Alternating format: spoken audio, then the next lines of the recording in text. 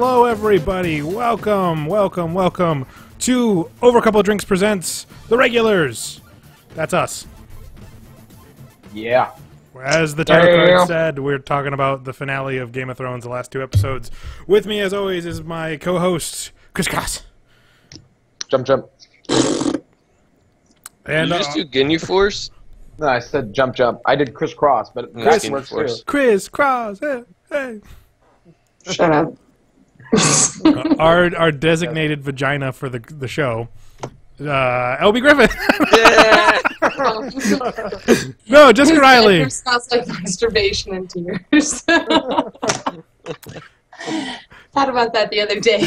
Not masturbation and tears, but that joke. Jess obviously Jess gets the most awkward intro of the day. Yay! Jess, drink a bottle of wine. Yeah. So Jess is here, and LB's here.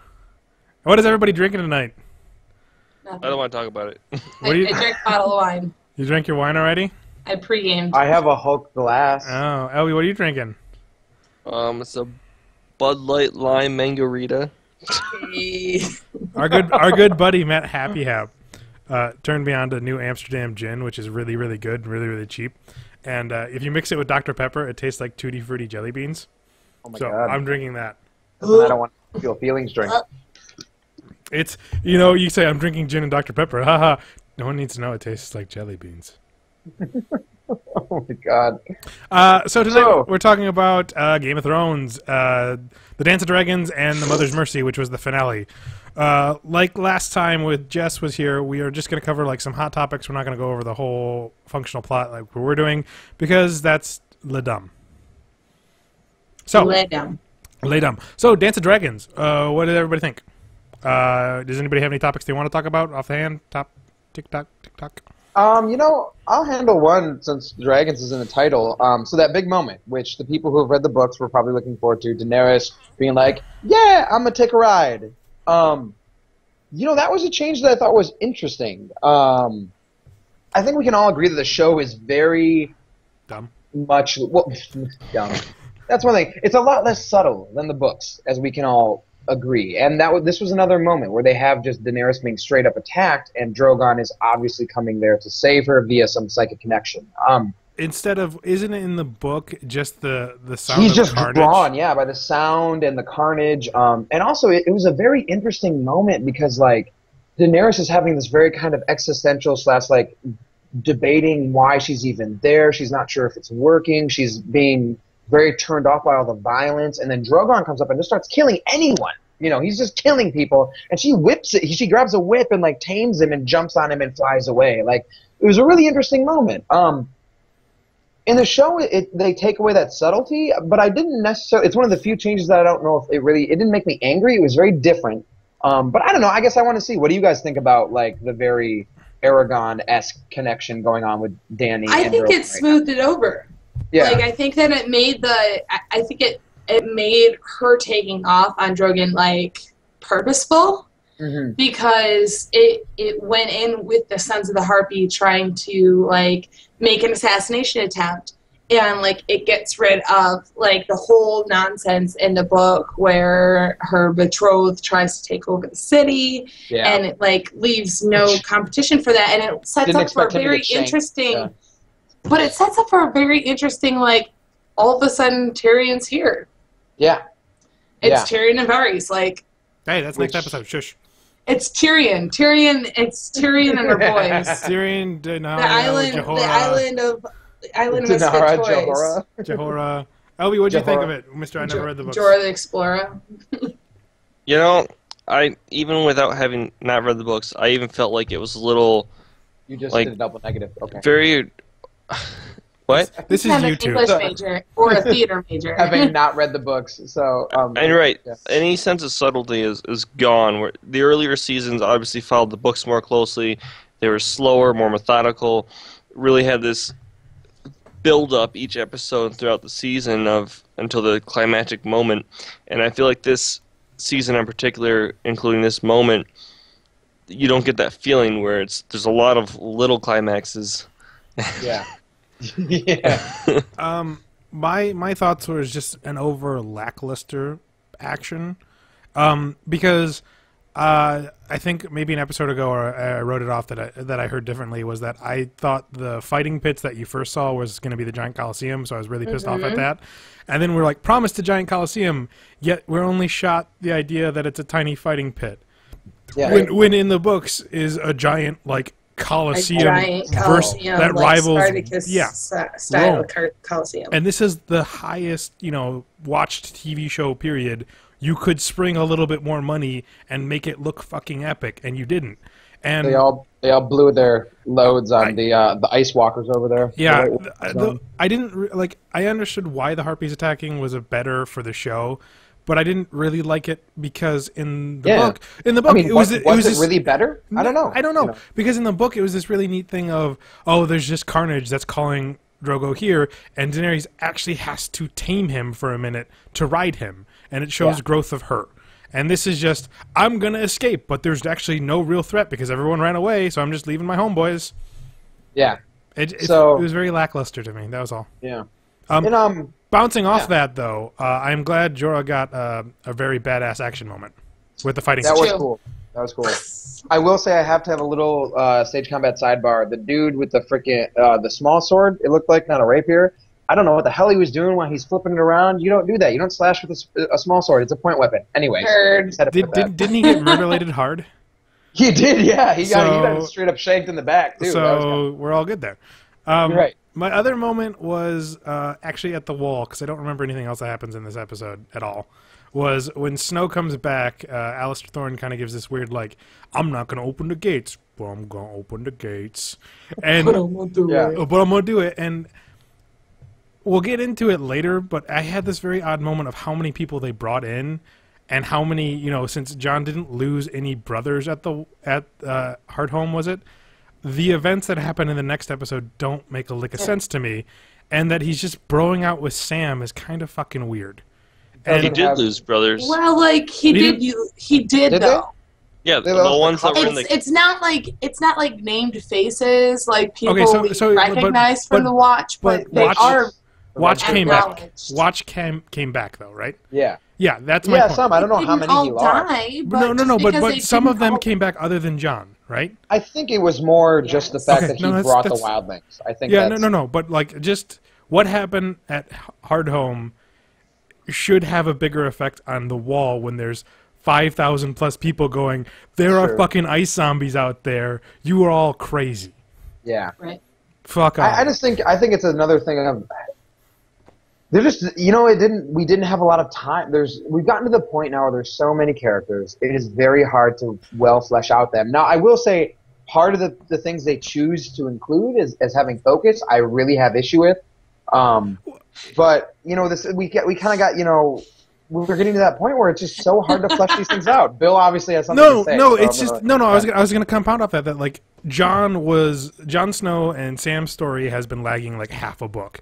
And literally in an episode and a half, we jump a full book forward to the ending. Yeah, because Sam's like, hey, can I take Gilly over here? Yeah. What? Yeah, which they're just. I thought we thought that you just weren't going to do that. Hold on, book readers. Let's talk to the non-book reader. Did it feel odd to you? Hold on, I gotta look down here for the audience. I gotta. Everybody look. Jess, look directly to your left. Kraus, look down, and I'm gonna look down like this to look at LB. Brady Bunch. What? We're skipping ahead. We're skipping ahead to the last episode. No. It just. Did you feel like Jon's story was dragging, and then all of a sudden, like, kind of missed a few beats, and then just kind of ended? I felt like it took him when he said, "I'm gonna go help the wildlings." It was like half a season before he actually left. Yeah. Between when he said he was leaving to when he left, and then 2 episodes later, he was already back. Yeah. So that was definitely rushed. It felt rushed. Yeah. Okay. Cool. So you felt that it was rushed without knowing the book stuff. Okay, that's what I wanted to know. I'm also a little upset. Well, no, that's next episode. Shall we talk about Stannis? Best Dad of the Year award. Stannis, worst Dad of the Year award. LB, Stannis. What'd you think? Well, earlier in this show, I definitely gave him like the Dad of the Year award because of the sweet, kind thing he said to his daughter. And at that moment, we doomed her. We killed her. It was our fault. I mean, the show made it very clear many times that Stannis would do whatever it took for him to be king, and he did whatever the Red Witch told him was... I can never remember what to call her. Melisandre told him was the right way. Melisandre. Listen to everything she said, and I thought, I mean, that moment when she told him, you know, we have to burn your daughter at the stake, I thought that would either be the moment where he just turned full Darth Vader, which he did. We've got a reverse Darth Vader moment, actually. Darth Vader saves his child from being fried, and Stannis did the opposite. There you go. You know, his wife tried for... So, I thought we'd either have that moment, which we didn't, or we would have the Episode 3 Slaughter the Children moment. Well, we had the Slaughter the Children moment. I personally felt this was completely out of character for Stannis. Yeah. Really? Because I will say there has been an interview in what D&D David was Benoff. I can't remember how you say it. D.B. Weiss and David Benoff. Yeah, they always call him D&D. Have inferred that this is going to happen in the books. That George told them this event would happen. So take that for what it's worth. That's the other thing. I don't really want to know this in the book, and that's the kind of thing I'm upset with the show, is that I don't want to know this stuff. But you don't know whether or not he's going to do it, because really at this point there's all kinds of like interwebs controversy about whether or not the show writers and George R. R. Martin are actually like fighting, or if they're like because George has come out a lot recently about how he's kind of being upset at the show. Not like saying I'm upset at the show. He's just saying these things that aren't defending and isn't attacking. And as you can tell, he's being very passive because he's upset about some things that he's just saying. And he's upset. Then he looks back at his giant pile of money and goes, I don't care. Personally, it felt really out of character for him to say, no, I'm not going to do it, and then just goes ahead and do it. This is Stannis. He's stubborn as shit. He'd walk through snow anyways without burning anybody. What should have happened for me is to preserve Stannis's character for myself would be the wife doing it. I don't know her name. I don't remember. But she's the one that made the decision. Like, she goes ahead and does it with Melisandre without Stannis knowing about it until it's too late. And Stannis going, it doesn't matter who did it, it's going to be blamed on me. And I will be known as a mad king who murdered his daughter to win a fight. But see, you've got to have this kind of guilt build up, and then the same events happen in the next episode. I'm just saying that would have preserved his character because he's this very stubborn, though not really likable, honorable kind of guy still. He's honored to a T, and I just don't feel like him going ahead and burning his daughter after saying all those things he did and having all these things that, let me talk, woman. Let me talk. You'll talk next, don't worry. And then Krause will just explode in a big ball of, air. Like the dude from Big Trouble in Little China. Had to make that reference. Oh god, they're remaking that movie. Yeah, Sorry. you can hear about my thoughts on that on the Top Shelf. Yeah, watch that show. It just didn't feel right for him to be like all these years saying I didn't give you up to Grayscale because you're worth it. He throughout the whole show he's cared more about his daughter than his wife. Yeah, and for her to it felt like their roles were switched. That's all. So after Jess goes, I have a point to bounce off that as well. Yep, go ahead. Well, from my viewer perspective, I took it as what? I gotta look down to look it down at you. Because you're right below me. You're right below me. And I have to act like you're not like theoretically looking down my shirt. Oh, the way do I look? Because when you're looking at me, look to your right. This is where it looks like so you're the right. Left? I'm just kidding. Bottom right corner. Bottom right corner, Chris. So, right from my viewer perspective, Melisandre and his wife made that decision. Okay. Because they had the whole thing, like everybody kind of like walked in and be like, dude, Stannis, you're fucked. And then Melisandre and his wife walk out of this tent and like give him this look. Oh, damn. Oh, yeah, we're going to do this. And I think that he got pushed into it by that. And so, like, when he finally makes that decision that, like, when you said that, I'm going to burn my child. Yeah, like the juice guy. Oh, yeah. You're going to burn my dog. Blade guy. Oh, Yeah, Kool-Aid guy. Yeah. The juice guy. The juice guy. guy. You know, because we're that. It's been a while since that commercial But was on. I think that basically what happened there was he got bullied into it by the two leading women in his life, and then like once they actually like set her on fire, the wife's like, stop it. It's like, what are you gonna do? Like, is your daughter gonna be like, oh, I forgive you, father? Like, you tried to set me on fire? No, that shit's not going to happen. You might as well follow through with it. Like, that doesn't make any sense. And it's like, he can't say, like, in front of us, oh, I'm having second thoughts now. Sorry. You're just going to have to lose your toes. Like, you made it through grayscale, but you're going to lose your feet. Like, that doesn't really make any sense to me. So he had to follow through with it. You just had to. One of my favorite memes is Stannis just staring at the fire where he's like going, see, I told you wouldn't die to grayscale. Oh no. Oh, that was painful. So I've been reading a lot about this because for some reason there's a giant. I didn't know this, but there's tons of people that freaking love Stannis that have read the books. I never got it. He's no, cool. I never got it, but the show made me love him. So. But I've seen all these people that have been saying they don't think it fits with this character, and I guess the only thing I have to say to that is, we are talking about a man who used blood magic to murder his brother. A usurper. Burns people at the stake. The usurpers. Anyone at the stake. And Show Stannis, I will say, Show Stannis has been a little bit worse than Book Stannis. Book Stannis only ever burned people who were convicted criminals. Show Stannis has burned people who just disagree with him on religion. Yeah, but Book Stannis never did that. But he burned people who disagreed with him, not people who always tried to help him. Exactly. Oh, I know, but what I'm saying is, it's still like he's, I just get the feeling that the show producers don't really like his character that much. I think they might have even said that.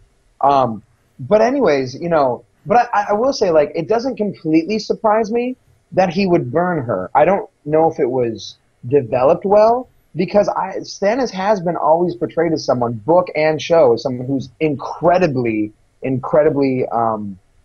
ambitious and willing to do almost anything for what, he may have this, he is very honorable, but I think his honor has always been geared towards advancing him. The throne. Yeah.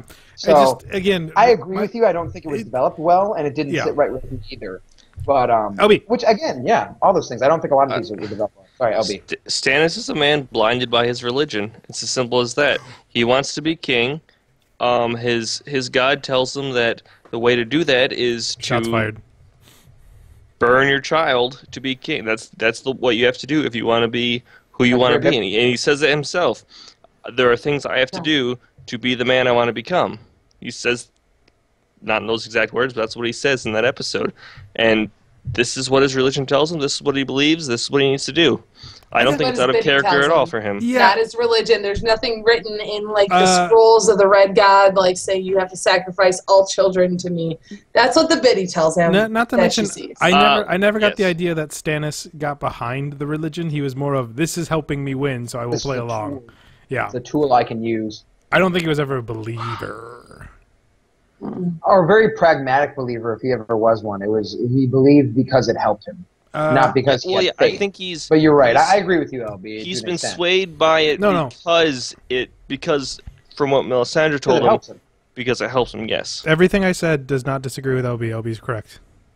That's a very good point, but I'm just going to say this. We burned the wrong kid because we're going to the finale. Yeah. We're going to the finale. We burned the wrong kid this season, guys. Okay? Where do you guys want to start? You want to keep talking about Stannis? We didn't even finish talking about the rest of... What the fuck happens in the rest of the episode? Nothing. All right, so that's when Arya finds Sir Meryn Trant, like, molesting little girls. Snap, yeah. Oh, that happened. Listen, that payoff is so good, but we'll talk about that next episode. That payoff is real good, but he, like, she's like, oh, sorry, I didn't see the Thin Man, like, didn't kill him, my bad. What is up with the show's obsession of trying to take guys and then going, you know what? Let's just all make them worse by making them even more sexually deviant. Yeah, it's sloppy. It's personally sloppy. Why? It's just become a thing now. Maybe the showrunners have some sexual kinks they're trying to work out via, like... In case this guy wasn't any better. He cut off Ned's head, but you know what else? But He you also know what kills little else? kids. He also likes to beat little girls Yeah. and fondle them. Couldn't we just make him just an overall Younger. douchebag? Yeah, did we really Younger. need him to be? Did we need him to be worse than "You killed my dad"? Like, No, really? no. Yeah, So- 100% correct. Younger. Yeah. So continuing on to the next episode, where you guys want to start? Well, You want to keep talking about we Arya finished- because it's pretty close no, circuit. I'm just saying, like, did we finish? Yeah, We finished everything? Like, I don't remember God anything else. It got doesn't matter. home. Is Arya's character the Yes. only one that's actually behind her book self right now? Good, because I love everything she does in the book. You're right, I do too. The fact that they've, was anyone else really expecting her fencing master's face to show up when she was pulling off? That's the next face? episode. We're in the next episode. Oh, we're in the next No. episode. Okay, we're completing her storyline. Yeah, So no, like, I was half expecting I that. was really expecting that to pop up. I was kind of bummed it didn't. That scene was 100% Oh my God. brutal when she fucking Yeah. Mortal Kombat fatality that asshole. Yeah. Yeah, no, that was so good because that was the first time you saw her wear somebody else's face. Yeah, And it's that just was cool. like awesome because like they didn't really give you the transformation that she was able to do that. So when it happened, like you're like, please let her look up at and be Arya's. Please let her, and it's like some other person's face, and then like, whatcha? Like, Yeah. what up? I love That just was the sound cool. effects. That was cool. Question, guys. What caused her to go blind in the books? I don't remember. The same The thing. old Was it the same? She killed somebody out of turn? She killed somebody out of turn. did she? I don't remember that. I don't I remember think that. that's I thought what- it was just part of the training. I can't remember. It's been a while. It's been Yeah, a no, few years. I believe you. I could just be don't know. wrong. I could be Hey, wrong, but if, I think it's if we're because wrong, like, comment, subscribe. let us know. Yeah, it's been a while since I've read the Okay, book. so we don't remember. Okay, cool. Good. I cool. will say this is one of the few arcs that I have pretty much completely enjoyed. It's one of the few ones, along with Tyrion's, that pretty much all the changes in Arya's this season, I've been completely behind. Yeah, Yeah. it's interesting. LB, what do you think, Mr. Non-Show Reader? I like it. Non-Show. I mean, her storyline's been one of my favorites since she first met Jagan. Jaden. Jaqen Hagar. Jaqen Hagar. That man, guy. you She know first the met man. Tomato, A tomato. man Hooked on knows that his name. storyline ever since she met a man. And I believe, Jess, you totally 100% called it. That wasn't really Jaqen Hagar. What?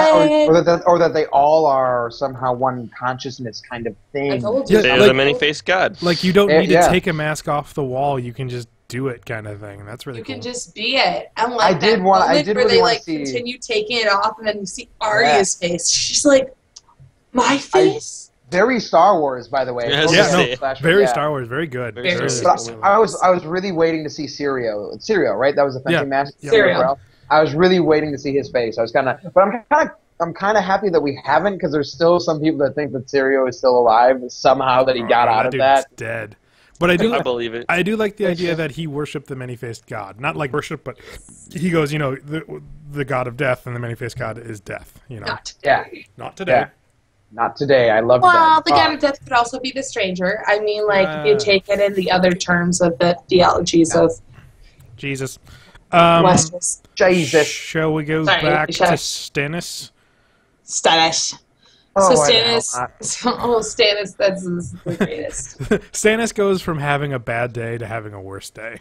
As If your name is Stannis Baratheon, you're gonna gonna have a bad time. all of his sellswords leave with all the horses, they find his wife up in Hung. a tree, killed herself. Yep. Melisandre gets the fuck out. And what does he Into do? What does he do? He says, fuck it, pack it up, we're moving. Like a badass new god. And then he gets his ass kicked. Yeah, it's a little Lesson handed to him hubris. on a plate, maybe No, in a platter. we're gonna get into this real quick because this is something that caught my eye. I don't know if it caught anybody else's eye. Is that when Brienne shows up, she gives us again. This is another really badass Stannis moment where she's like, "You did this, this, and this," and what does he say? Do your duty. Just shut Yeah. the fuck up. Yeah. And they cut Oh, away before we see him die. Now, this only caught me off guard because this is a show that does not, shy Cut away away. from violence of any kind or To be main fair, they did characters' cut away before deaths. Ned's head came off. Right. No. If you watch it, you see the sword go through and blood start to do, and then they leaves. We didn't even Sure? get. Yeah, no. I just watched the scene to make sure, and I'm just like, this is a scene where, like, Oberyn got his head smashed. All right? Yeah. We see these terrible things to all these main characters, and we don't see Stannis get cut in Twine. Mm. Well, it is interesting. Kill him? I think he's not dead yet. I just think I he's can not dead only yet. imagine that she killed him. I don't know. Yeah, I wouldn't mind. I don't mind if he's dead or not. I'm just saying Yeah. this is just a really weird red flag. That's all. Maybe. Not to mention Brienne. The fuck are you doing here? Everything. Yeah, I Yeah, know. like, hello. I'm supposed to be- Your princess is in another castle. Like, what the fuck? Like, why aren't you rescuing? Like, Sansa's escaping right now, and they decide to choose to send her to Stannis. Like, I understand that's like closing her first chapter because she kills Stannis after he kills Renly and blah blah blah blah blah. But like, I'm supposed to be capturing Sansa right now. Let me go Sansa kill and Theon are Stannis. leaving. Yeah. Ugh. Sansa just murdered some cunt. Like, I just Well, Theon did, but yeah. yeah. Yeah, that's another one. We saw her fall and get CGI splat on the ground. And we don't get to see Stannis get cut in half. That is interesting. Yeah, go ahead, Gobi. Well, to me, it'd almost be out of character for Brienne to kill him like that. Mm-hmm. Execution style. Seems like she would. I mean, that's Like not a fair him? fight. That's not very honorable. No. I mean, It may have been her maybe- honor to kill him, but I agree. Because in her view, she does view him as deserving to die, and he should be executed for killing his brother. So I can see her killing him. I could also see them maybe not. There's a huge thing in the books right now that's a debate of whether or not Stannis is dead. Because in the books, albeit, which isn't really a spoiler because we still don't know, Stannis disappears, goes off to march on Winterfell, and then Jon just gets a letter from Ramsay saying, "I killed Stannis, F you." But We don't know if he's lying or not. But- Nobody knows yet. But Theon runs into him with. But that's set What's her before the face? letter. We don't know if Oh, that was happens it? before the letter. Okay. We don't know. We don't know if that happens before or not with the letter because George was so effed up with the timeline. 4 and 5 is just a fever dream to me. It is. So so there's this whole big thing. Maybe Stannis is still alive, maybe not. I don't know. I kind of wouldn't mind if he was, just so they could maybe take a crack at writing him What are they better. gonna do? What are they gonna do? Well, I don't know. I'm wondering if they're gonna if Brienne's gonna use him as a bargaining chip to get Sansa or something. That could be You interesting. know, because again, my other thing was when Theon and Sansa jump off the wall, we see people entering the gates, but do we see who was riding the horses, or was it just a horse shot? I don't remember. I don't remember Just either. a horse shot. Yeah, so we don't know We who's didn't riding see it. in. So can we also comment on just Sansa's arc in general this season? Is dumb.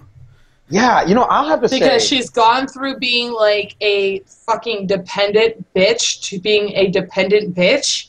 Like, I'll say yeah. She hasn't we talked about- evolved in the past 5 fucking if she would have seasons. murdered what's her face herself, it would have been different. But like, It's Come on. Even then, it's just like we talked about this during the whole episode where she was raped, but I think it's just been.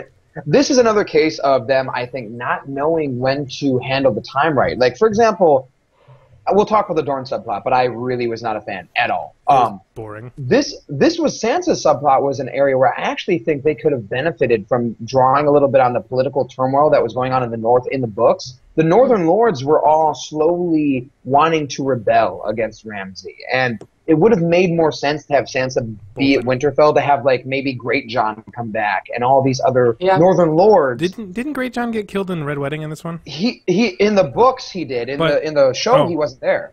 he wasn't there. So we don't, one of those things to just have the Northern Lords be there, insert a little bit more of that political drama that has been really missing this entire season. It has. And it just would have made more sense. It would have made more sense, but instead they decided to go for the shock value, which the show has kind of aired on the past couple seasons. So, Obi, you look upset.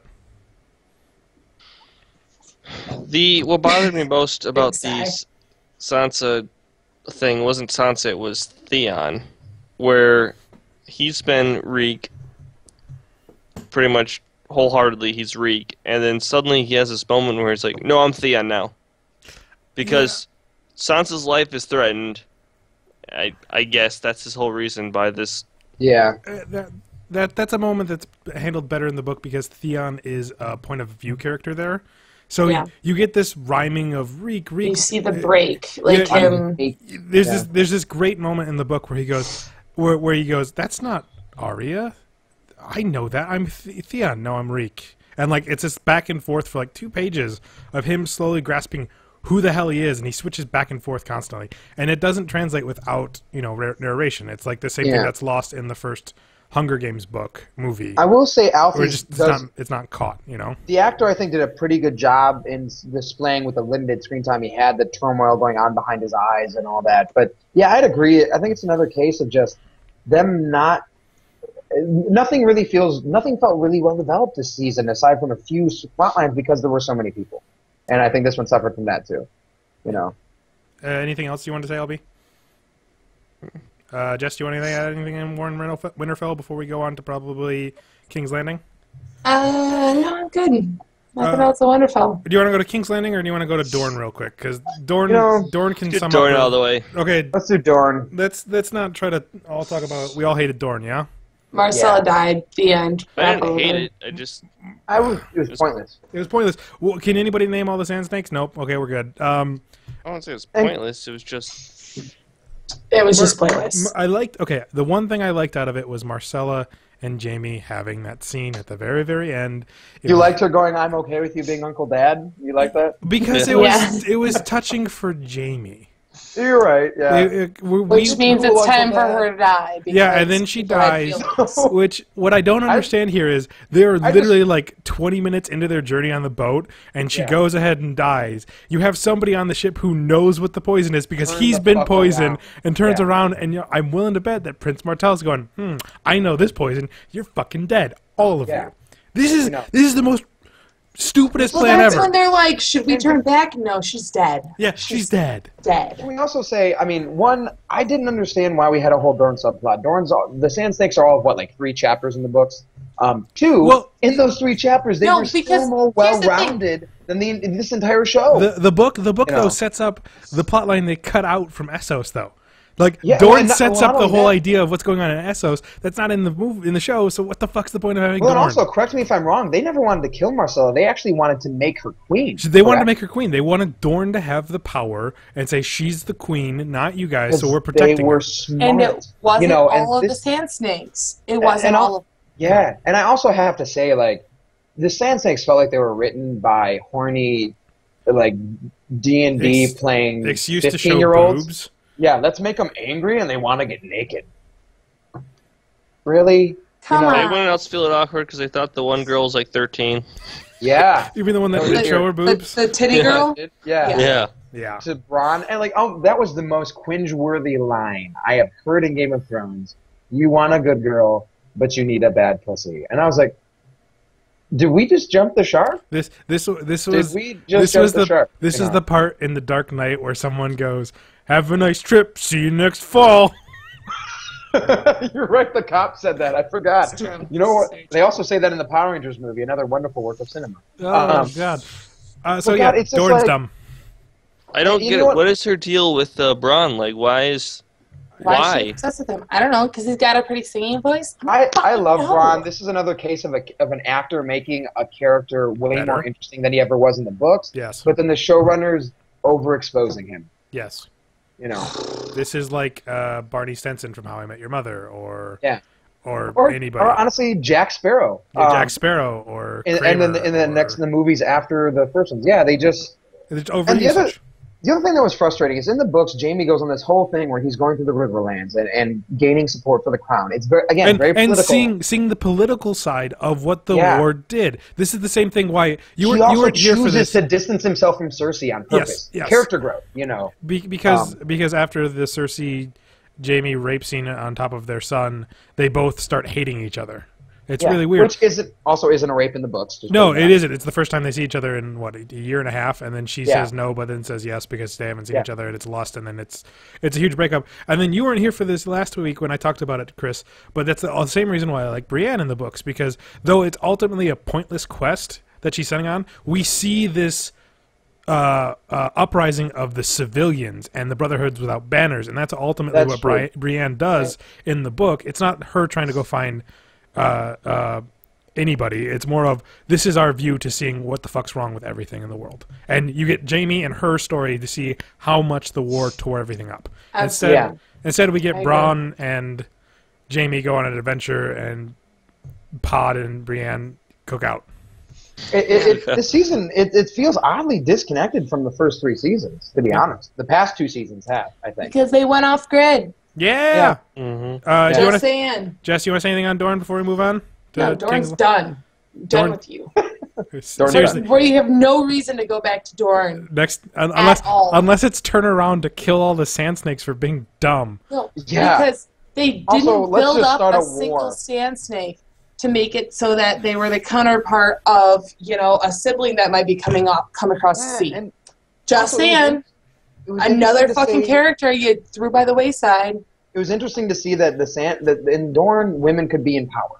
Yep. And that would have been, it was a really interesting thing in the books to show. But they didn't emphasize that. No, not at all. It really bothered me. That they could have taken that to show, like, hey, this is the one spot in this very brutal world that's not as barbaric, and would have fit with Oberyn's sentiments last season saying we don't hurt little girls in Dorne, except my girlfriend might do it. We just wait till they're off the coast and then we poison their ass. Yeah, then we poison them. Their ass but it's nothing Dorne. So I mean, even though they had their I'm trying to make a joke here, but a kiss and make up moment before the kiss on the dock, who thought it was a good idea to put them on the dock? Away? The people who tried to kill her. We haven't been buddy. I don't want to see you. We're not bros. I'm not going to let you kiss me on the lips. Like, Prince Doran seemed like an idiot to be like, maybe it's not a good idea to let my brother's crazy girlfriend near the girl she's trying to kill. Maybe not a good idea. I don't know what dialect I was doing. I threatened her, but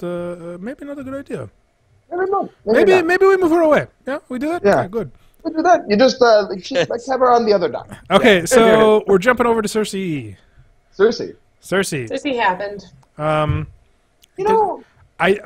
Mark's handled pretty well, I thought. It was honestly ripped from the book. It was great. Didn't know where the hell Marjorie was, but okay. I put stars next to this because there's a bunch of people pissed that what's the actress who plays Cersei? I forget her name all the time. She used a body double, Lena Headey? Yeah, she used a body double, but she was pregnant at the time, and she wanted to focus on facial features, and honestly, she nailed it. So, fucking step off, folks.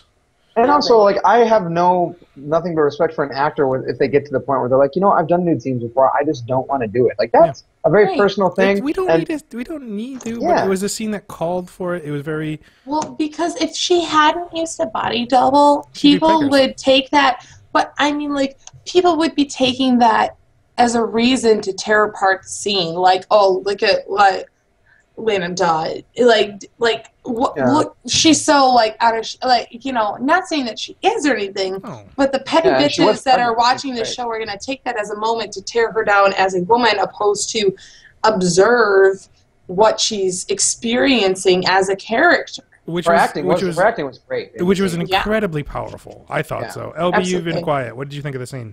I've always been quiet. I know. LB, you've been quiet. I'm making fun of you because you're not talking and jumping in here. I mean, Jess and Kraus just jump over each other and me, so I got to bring you into the fold. I wait for the moment to strike, and then it passes, and I go, well, never mind. And then I go, LB, you're not saying anything. Say something. Or let me comment on something you guys were talking 5 minutes ago. Stannis, guys. I'll say this. I'll give it to them. As far as special effects goes, I didn't realize it was a body double. I had no idea. There's one scene where it looks clearly bad. Yeah. But it's someone's running across her face and it wasn't edited properly, kind of thing. That's all. Yeah, I didn't notice. That's the only thing that made me go, I didn't notice. Also, I've only seen the episode once. Also, I kind of noticed the difference in her body shape from that in 300, but that's just me.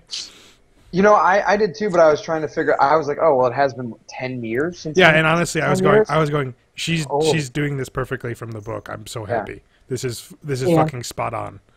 That's what I really liked about it. Until the end. And also, Franken Mountain. Yeah, and then Franken Mountain shows up. Franken Mountain. Which is really cool that we get the confirmation that it is Franken Mountain, because in the book it's left up in the air kind of thing, like, who the fuck is this guy? Yeah. And Robert Strong. The one thing I didn't like out of it is this look Cersei gives as Strong picks her up, saying, and he will crush the crown's enemies before them. She gives this, yeah, I'm still in fucking charge here, look. And I'm like, no. No, you're really not, and that's not the point of what just happened. Yeah. You just walked through King's Landing for no reason. Naked. Well, I did wonder why they didn't just send Franken Mountain to like bust her out of prison. But Yeah. you know. But she's totally gonna get revenge on the High Sparrow. Well, she'll try. He's really freaking powerful at this moment. The most powerful man in King's Landing. In the book, it's this great moment of seeing Cersei completely broke down. Again, we talked about this, I think, last episode, Jess, where I said we missed a lot of Cersei's like back development. Yeah. Is that she has this whole power arc in the book where she's actually running things. She burns down the Red Keep. She wants to be a man without like doing anything, but she burns down the Tower of the Hand. She brings the Tower of the Hand. She starts sleeping with somebody just to feel like what a man would feel like, and demands that she's the son that her dad should have always had. And then this all crumbles around her because she's too power hungry. And then at the very end of the book, she just goes, I want to see my son. I don't care about anything. And she's just focused on Tommen. And for this scene to go, yeah, I'm still in charge. We're going to use Robert Strong to do everything. She goes like, no, we'll use him to clear my name, but I just want to make sure Tommen's okay. It's this really great moment where it's a fate worse than death for Cersei. Right. So. Coming from the designated father of this group. Meh. Yeah. My other things are going back. Tyrion yet? Yeah, going back to them. My one point was, who the fuck put Dahario in charge? Like, they're coming up with a plan, and Dahario just goes, no, I'm in charge. I'm like, who the fuck? No, you're just the guy who's sleeping with people and gets sold. Fuck off. Well, no. He's the leader of one of the Sellsword groups. I don't care. I don't like his character. And Grey Worm is incapacitated at that current moment. So really, if we go by like leadership and popularity, Daario Naharis probably has the highest popularity rating. Except for, even though in his apprentice, I don't know what you want to call it, trial, technically Tyrion is still in charge because he's the right hand of Daenerys. But she never says. I saw a meme that cracked me up that showed a picture of Daario, Tyrion, and Jorah sitting on the steps, and it said 2.5 men. Yeah, I saw that. My favorite one was Dahario going, all right, Jorah, it's just you and me. And Jorah goes, I'm so going to fucking give you grayscale. I mean, I don't think Dahario's officially in charge, but of that group, no one's officially in charge, and he just takes charge, says, here's what we're doing, and then he leaves Tyrion and Grey Worm in charge of the city itself as the leaders, the figureheads, because those are the people that the city is going to follow. Yeah. Right. And I will totally say the only moment that actually really made me smile in this episode is when Varys showed back up. Which I wrote as the Pinky in the Brain moment. Yeah. Because honestly, I just expected Varys to go, so what are we going to do tonight, Tyrion? Same thing we try to do every night, Varys. Try and take over the world. Because it was that type of friendship again, and I was like, oh, this is so good. And as much as like I really was bummed they killed off Barristan, because Barristan's the one, LB, in case you were wondering, who's left at Marine when Dany goes Drogon ride. In the books. In the books, yeah. And as much as I love Barristan, it makes so much more sense to see these two characters doing this, and again, this arc and Arya's were the only two I enjoyed almost all the changes over the books. I'm so happy that Tyrion met Dany. So happy that Tyrion is doing something other than just taking a freaking road trip like he is in the other one. Yeah, so, shit in a box. Shit in a box. Shit in a box. So correct me if I'm wrong, but isn't when the oh god, what are they called? The Dothraki show up and surround Dany. In the books, doesn't the dragon show up and goes, "What the fuck, boys?" Like the last scene is like literally her standing next to Drogo, going, I think so. I will ride with them, but not on the ground. And I was kind of upset that was removed from the show because it's a very powerful moment of all these people going, I want to surround her, and she's just like, I have a dragon. Yeah. I will ride this, and we will ride together to get my other dragons to do what I should have been doing 4 fucking seasons ago. Yeah. Right. But I mean, there was an epic moment when the Dothraki all of a sudden started circling her. Like, I was trying to figure out why she was in an area with grass, and there were because Drogon just flew wherever the fuck he wanted. But the Dothraki were they're always in the desert, right? Well, to my understanding, this isn't her. This isn't her Khalasar. This is a completely different one. Yeah. tribe. Okay. Yeah. Yeah. That's why she takes off her ring, because if they saw that she was a Khaleesi of another tribe, they would have fucking murdered her. But yeah. She's gonna go boning. It was, I will say, it started the trend of me realizing this episode that every freaking character ends on a cliffhanger, and it was really annoying. Yeah. In this episode, that I was like, you're not going to resolve anything? I mean, I understand that you really can't, because at this point the books are not resolvable, but it was just very annoying. Anyway, it's one thing to see sort of a clear direction where the characters are headed, but then you have like Sansa and Theon, who had a Thelma and Louise ending. Oh my God. It's true. Thelma, I'll watch that show. I would watch that show. Oh, can we get a spin-off? Sam and the 80s intro music? Yeah. Diddly-diddly-doo. So, shall we go north to the wall? Yeah. John dies in the end. Called. Is that the Dumbledore's dead moment? Great book, and also a pretty good movie. Yeah, I enjoyed it. I liked it. The book was pretty great too. Fuck Ollie. Okay, we're done. Fuck Ollie. Killed the boy. Drop the mic. Everyone can see that's coming. The whole time I'm going, Ollie, you're not even real. You're not even real. You're not even real. You don't even go here. Did you guys see the meme of your reactions versus seasons? Where it shows season 4 and it shows like the one guy trying to cut Ollie's throat, and they're like, "Oh, don't kill him! He's a little boy. Don't eat him." Season 5, fucking murder him. Eat his face. Eat his fucking face. Fuck that kid. Fuck that kid hard. I'll say this raises an interesting question. I mean, I don't believe that John's gonna stay dead, no matter what they're all saying. I think they're going full on Nolan / J.J. Abrams. Like, it's not Khan. Liam Neeson's not Ra's al Ghul. Fuck off. Well, he's coming back. If he doesn't, I don't know what's going to happen. I'll be really annoyed. Like, there's no point to have the wall subplot there. No. If he doesn't come back. Can we theorize? The wall. The only connection we have to the wall right now, since Sam GTF'd, is John. He's the only POV character who deals with, like, I feel like is the main fucking plot. Unless George R. R. Martin pulls a freaking switcheroo and what's his name becomes a good guy that you kind of like after shanking John. Does anyone remember who showed up at the wall moments before John died? Yeah, let's theorize how. Let's theorize how this is going to happen. Jess, go ahead.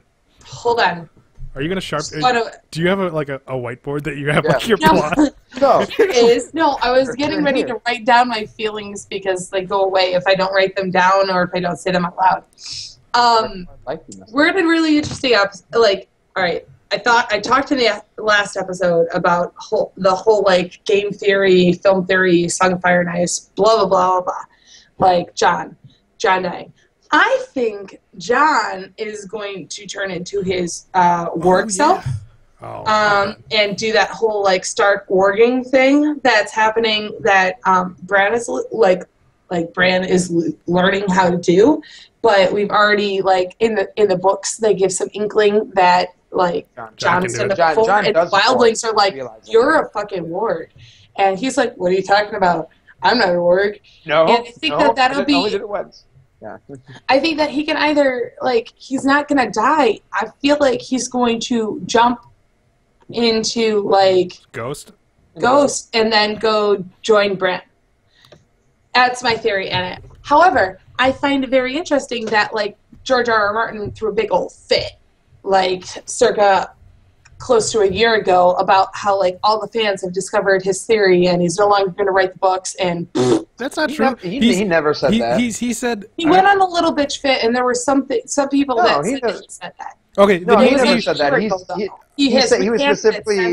He specifically referenced how certain people called certain things that he had been referencing, and he goes, I had a moment of going... well, should I change it now? And he goes, well, no, I can't just change what I've been planning because some people have already figured it out. I'm going to keep writing what I plan to write.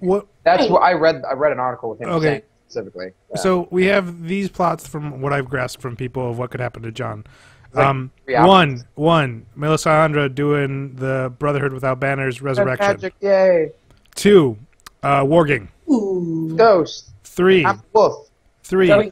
This is for Happy Hap. He wants him to come back as a White Walker. Yeah. Was that 3 or 4? 4. That's 3. This is 4. This is 4. This is the one that just came up to me that it's kind of cool. They burn his body because that's what they do, so no one comes back as a white. But since he has the blood of the Targaryens, it just resurrects his ass. Ooh. And I'm like, that'd be baller. I didn't even think about that. That would be baller. The other theory that Where is it in, I guess, at least the show canon that fire would resurrect him? I obviously doesn't. We know from Daenerys that doesn't kill them. It's not. Yeah. Okay. It's not really in the books either. No. It's the other thing that people have been bouncing around is that because people talk more about how Melisandre keeps referencing Stannis as I can't remember the name, but the chosen one essentially of the Red. Raylar or something. No. Right? Yeah, Raylar or whatever. Or Holar. Yeah. Some people think that Jon is actually R'hllor, not Stannis, and that he's going to become brought back that way. I will say there is no reference to Jon. Sorry, Bill. There's no reference to Jon warging in the show, which is why I don't know if he's going to warg in the show. In the books, Melisandre does have a dream of Jon turning from a man to a wolf back into a man, and Jon does warg the ghost of his dreams. But anyways, yeah. No, it's more of just, did you hear this theory about who really is going to be the chosen guy who carries the flame sword? Jorah? Jorah Mormont? Oh, really? That'd be Yes, I did hear that. I watched that episode of the thing with stuff. It's so good. It's the idea that in the story, the guy makes the sword that sets on fire to kill all the White Walkers. He forges it for like 30 days. It breaks. He forges it for 40 days, stabs a lion through the heart. It breaks then. He does another 50 days of doing it, and he stabs his wife through the heart, and that sets it on fire for him to do this. And they go, well, here's the plot for everything you need to know. And like Jorah kind of fills all of them. Yeah. And then he goes, but here's the kicker. He brings Tyrion to Daenerys. And what is Tyrion? A Lannister. And Lannisters are lions. And they go, the only thing he doesn't have at that point is the blood of the dragon. And everyone's going, well, you have to be a Targaryen to have that.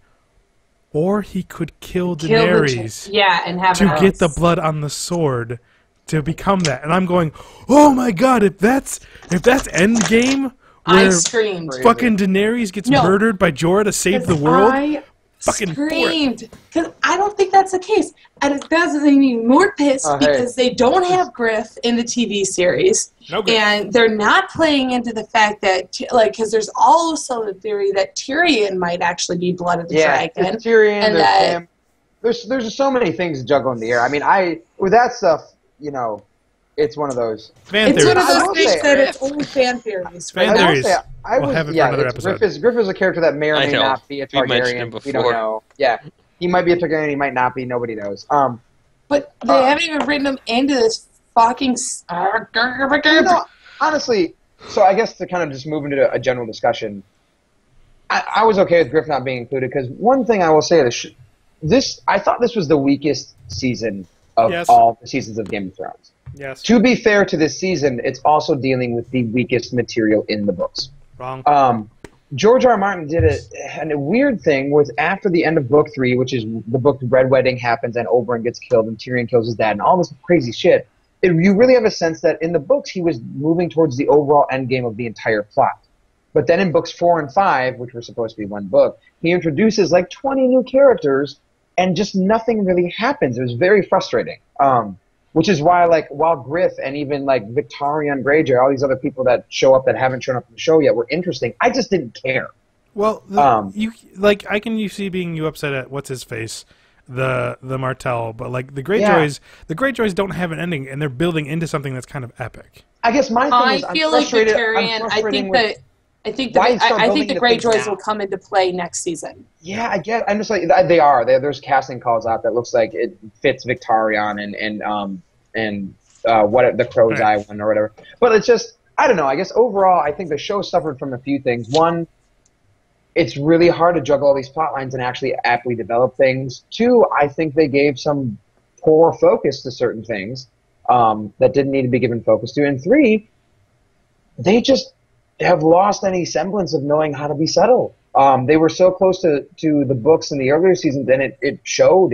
The quality was higher. Now, with adding the violence against women so often and just not being subtle in general, I think it hurt the quality. That said, it's still better than most shows out there. That said, we're running about 55 minutes now. We're way too long. Yeah, all right. Kraus, what'd you feel about the season? Grade it. I don't care how. Just grade it. Okay, for Game of Thrones, compared to other Game of Thrones, I'm going to grade it a C- for in TV in general. I'd still give it like a B, B+, you know. All right. LB. Same. Jess. I think I'd give it like a B. It's not the worst.